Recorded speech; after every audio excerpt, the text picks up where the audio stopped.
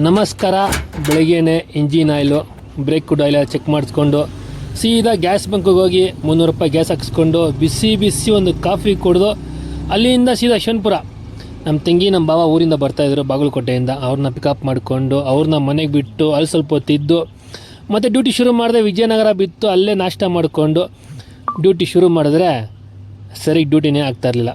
ಬೆಳಿಗ್ಗೆ ಬೇರೆ ಲೇಟಾಗಿ ಶುರು ಮಾಡಿದ್ನಲ್ಲ ಡ್ಯೂಟಿ, ತಲೆ ಕೆಟ್ಟೋಯ್ತು. ಸೀದಾ ಬಂಡಿ ಮಂಕಳಮ್ಮ ದೇವಸ್ಥಾನಕ್ಕೆ ಹೋದೆ.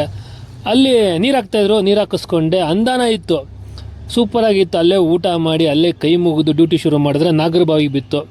ಇಲ್ಲೊಂದು ಆಲದ ಮರ ಚೆನ್ನಾಗಿತ್ತು, ಅಲ್ಲೇ ಒಂದು ಅರ್ಧ ಗಂಟೆ ಮಲಿಕೊಂಡು ಮತ್ತು ವಿಜಯನಗರಕ್ಕೆ ಬಂದು ಅಲ್ಲೊಂದು ಒಂದು ಟೀ ಕುಡಿದು ಡ್ಯೂಟಿ ಶುರು ಮಾಡಿದೆ. ಡ್ಯೂಟಿ ಮಾಡ್ತಾ ಬನಶಂಕರಿ ದೇವಸ್ಥಾನಕ್ಕೆ ಡ್ಯೂಟಿ ಬಿತ್ತು. ಹಂಗೆ ತಾಯಿ ದರ್ಶನ ಮಾಡಿ ಅಂದಾನ ಇತ್ತು, ಊಟ ಮಾಡಿ ಸುಮಾರು 11 ಗಂಟೆಗೆ ಬಂಡಿ ಮಂಕಳಮ್ಮ ದೇವಸ್ಥಾನ ಮುಂದೆ ಡ್ಯೂಟಿ ನಿಲ್ಲಿಸಿದೆ. ಇದು ನನ್ನ 26ನೇ ದಿನದ ವಿಡಿಯೋ. ಆದರೆ 26 ರೂಪಾಯಿನೂ ಉಳ್ಸೋಕ್ಕಾಗದಿರೋಂಥ ಪರಿಸ್ಥಿತಿ.